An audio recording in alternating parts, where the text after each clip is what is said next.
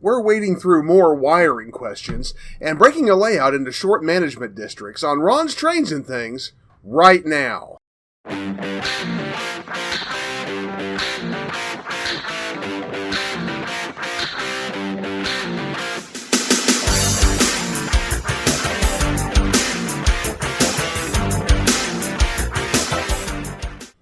Hi, I'm Ron of Ron's Trains and Things, and if you'd like to see more videos about model railroading tips, tools, and techniques, then be sure and subscribe down below and click that little bell icon so you can catch every episode.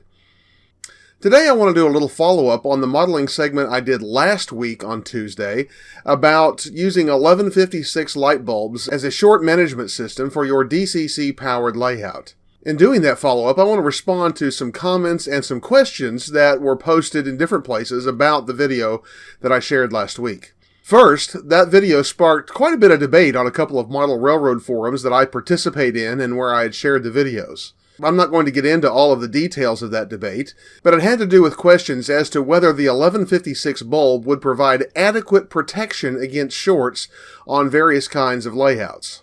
As I always say in all of my videos and with all of my techniques, these are techniques that I use and that I have found work for me.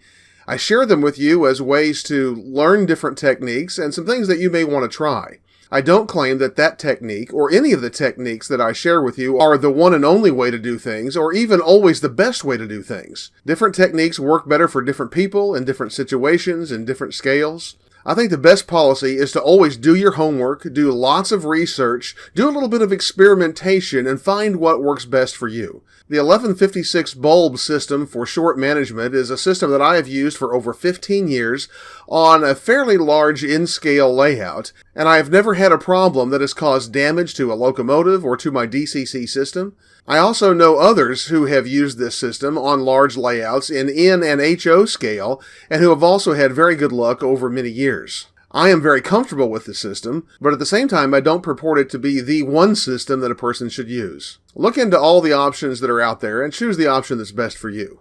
Now let's move on to some of the questions that were asked about last week's video. First, Walt of Walt World here on YouTube asked a question about how I divide my layout into these short management districts, where I make those insulated gaps, and how far apart they are. So in today's video, I'm going to take you to the computer, show you a diagram of the lower level of my layout, and show you exactly how I make the decision about where I choose to make those gaps. I will tell you now that the general principle is this. I try to insulate areas where shorts are most likely to happen. In most cases, that's usually where there are the most turnouts. And so those are the places that I insulate and isolate in their own short management districts.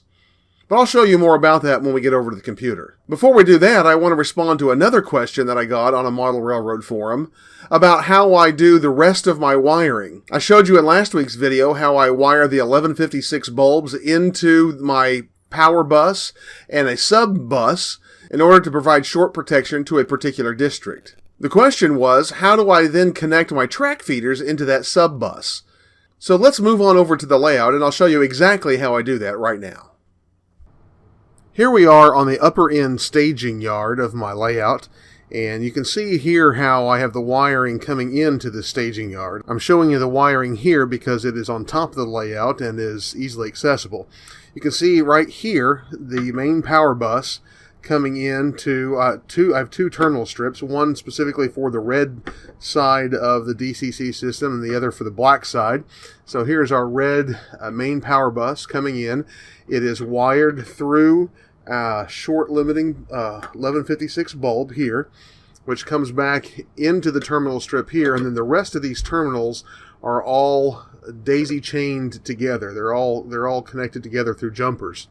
And then I have a sub bus that's running out right here. It goes back out of sight, and then goes underneath the bench work a little further down. I had to go down there to avoid a light that is hanging right below this on the underside of this upper deck. And I'll show you where that sub bus goes and how the track feeders are tied into it in just a few moments. Also, you'll notice that here directly tied into the main power bus, not through the 1156 bulb, but directly from the main bus. I have a feed that goes over here to my AR1. This track that you see closest to you is actually a reversing loop that goes around the outside of my staging yard, and it has an auto reversing module, a Digitrax AR1, and it's tied in here. But that has to come off of the main power. It cannot be connected through the 1156 bulb. Cause you all kinds of electrical problems trying to do that. Same way with the black side. It comes off of the main power bus on the black side as well, into the AR1 and then back, and is soldered into the reversing loop right here. Now let's go underneath the layout, and I'll show you where these sub-bus wires go and how I tie them into the tracks themselves. Here we're under the upper deck above Fort Worth on the visible part of my layout, and here you can see where I have a terminal strip just like the one we just looked at on the staging yard. You can see where I've got this 1156 bulb wired in for my short limiting protection. And here you see one of the sub-buses, the black sub-bus, where it comes out of the terminal strip there. The red sub-bus runs over here behind a light and is out of sight, but you get the idea here. Now, I know how some of you are going to respond seeing this and hearing what I'm about to say, but literally what I do is I run my sub-bus for whatever short distance I need in order to reach out to the areas of track that I need to tie in, and then I tie in my track feeders using IDCs. That's insulation displacement connectors, or commonly referred to as suitcase connectors. Now, I know a lot of people don't like IDCs.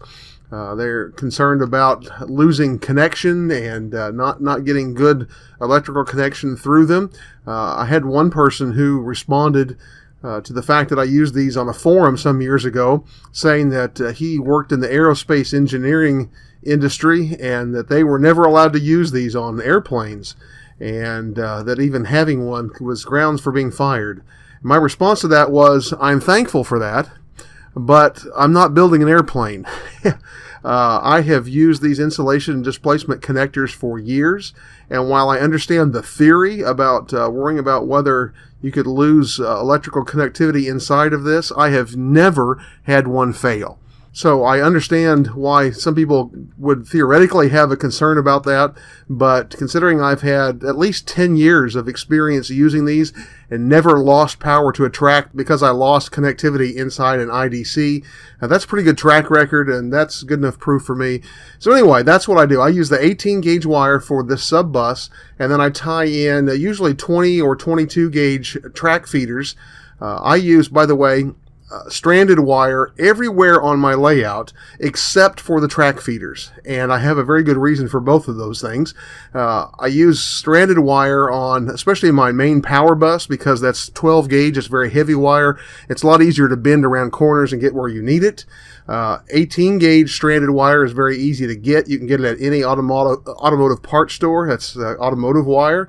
But the 20 gauge wire that I use for track feeders, I use a solid wire because it's much easier to solder a solid wire onto the track than it is a stranded wire.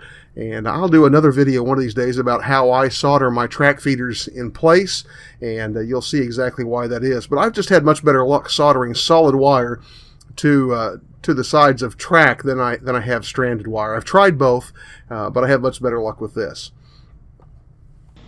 As we talk about where to divide your layout for the sake of short management districts, we're going to take a look now at the track plan for the lower level of my layout, the Texas, Colorado, and Western. Just to orient you on this track plan, and I apologize for the quality of the lines on this. I've opened it in paint, and so it doesn't give the best, clearest quality of picture, but we'll get the idea.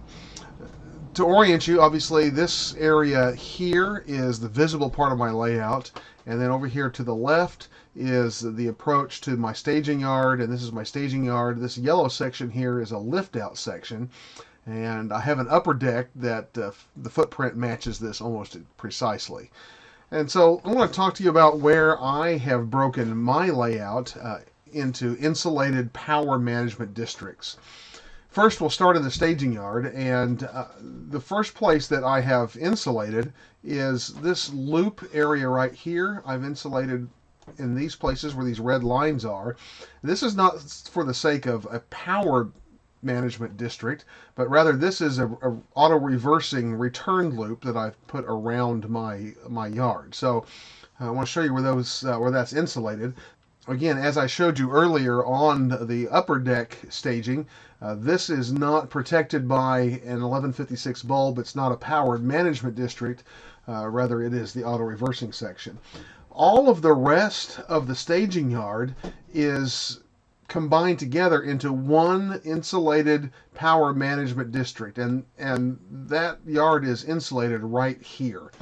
If I have any problem with a short on the layout, it doesn't affect the work in the staging yard, and vice versa. If I have a short on the staging yard, it does not affect the rest of the layout. This approach track is also insulated at each end, so here and here. And the reason why I have it insulated is because of this lift out section. Whenever locomotives cross over the tracks where this lift out section goes in place, there is the tendency for a possibility of a short circuit there, and so I have insulated it. Again, I want you to see that what I'm doing is I'm insulating sections that have the greatest potential to cause short circuits. Now, as we come onto the visible part of the layout, the lower section of main line is really only divided into two sections. There's one power management district for the main line that runs all the way from where we go into staging, where we leave the viewable part of the layout, to the south end of North Yard, where the crossover would enter into the yard right before the turnout that leads into the passing siding. So it is insulated here. This section of the main line is about 15 feet in length, so it's well longer than any train that I would be running. And the other end is about 25 feet because the main line isn't insulated again until it goes into the helix right here. So for the main line, I have only a couple of power districts. Now, what I want to break into more power districts are the areas where you have potential for short circuits, which means areas where you have lots of turnouts, because turnouts naturally are the places where you'll tend to have lots of short circuits. So downtown yard here is insulated where you go into downtown yard. Also, this passenger track for the Amtrak station is insulated. Now, those are separate sections, but they are actually grouped together in the same power management district. The same 1156 bulb protects both of these areas. Over here in this little corner, I have Hodds Junction. It is insulated right here, and it is a power management district. When I get up here in the North Yard, this is where it gets a little more complicated because the passing siding is insulated at both ends, and the entrance into the yard itself, into the arrival and departure tracks off of the main, there and right here. That's pretty tedious. The ends of the yard are insulated. Now, all of the yard and the industry tracks in the yard are all on one power management district, and this passing siding is in the same one.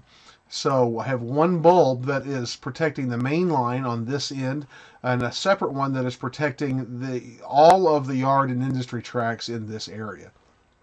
I come on up here into Saginaw. I have a short runaround track and these industry tracks here, and this is all insulated right where the runaround track comes off of the main. So by insulating on each end there, this whole section is insulated. It has its own 1156 bulb. The helix is insulated here, and where it comes off onto the upper deck, it is its own power management district. So you get the idea here. I don't have to show you the upper deck to let you know it works in much the same way. Ultimately, on my layout, I end up with 14 power management districts. That means there's 14 1156 bulbs that are helping to protect against damage because of shorts, and also helping to protect the running of the layout whenever there's a short circuit in one place. And I do that by insulating specifically the areas that are most prone to short circuits or most likely to have short circuits to happen. And so if you want to break your layout into short management districts, you can use the same principle. Insulate the areas where you have lots of turnouts or other types of trackage that might cause short circuits to happen with your locomotives and with your rolling stock. And by doing so, you can protect your equipment and also keep your layout running during an operating session when a short happens. Now, I don't have power management districts because I'm not using a power booster. However, if I was to use a power booster on my layout, what I would do is I would separate my upper deck and lower deck into two different power districts. My DCC system sits right about here underneath the lower deck on my layout. And so when the main bus comes out of my DCC system, it goes into a terminal strip and then literally goes 4 different directions. I have wires that go this way into the staging area, and this way onto the main layout on the lower deck, and then there are 2 more sets of wires that go up to the upper deck and also towards staging and towards the rest of the layout. If I were going to add a power booster and break this into power districts, I would add the power booster here on the upper deck, and that way I would get about half of the layout, the lower deck and lower staging powered by the main unit, and the other half, the upper deck, powered by a secondary unit. And I could still break this layout into short management districts in much the same way that I have. The only difference would be I would need to make a full break in the trackage where the lower power management district and the upper power district came together, either at the top or the bottom of the helix. And so that's a look at how I have broken down my layout into short management districts, and also how I would use power management if I were to add a booster to my layout. And so I hope that's helpful to you, and I hope you'll find some information there that can help you as you work to power your layout. These principles and this method for dividing your layout into short management districts works well no matter what kind of short management system you use, whether you use something like the 1156 bulbs or the NCE product that I showed you in the previous video, or whether you use actual circuit breakers for your layout. You can still use these principles of isolating the areas with large numbers of turnouts in order to keep from shutting your whole layout down whenever you get a short in one area. I want to reiterate as I close this video that these techniques and all of the techniques that I show you here on Ron's Trains and Things are to give you ideas that may spark your imagination, that may help you in your model railroading efforts. These are techniques that I have found useful and that work for me, but by all means, do your research, read and watch everything you can, and find the methods that work best for you. I hope you've enjoyed this episode of Ron's Trains and Things. If you have, please give it a thumbs up down below. And by all means, please leave a comment or a question down in the comment section at the bottom of the page. I love to hear from you, and I always respond to your comments. Again, I hope that you'll subscribe to my channel, click that little bell icon so you can get a notification every time I upload a new video. And if you found this video helpful, I hope you'll share it on your social media and model railroad forums that you participate in. Finally, be sure and check out that expanded description down below, where you'll see my Amazon Picks of the Week, the Facebook page that I keep dedicated to my layout, the Texas, Colorado, and Western, and ways that you can support Ron's Trains and Things through my Patreon and PayPal Me accounts. Well, that's all I have for today, but be sure and join me again on Friday for another Feature Friday segment, and I look forward to seeing you then.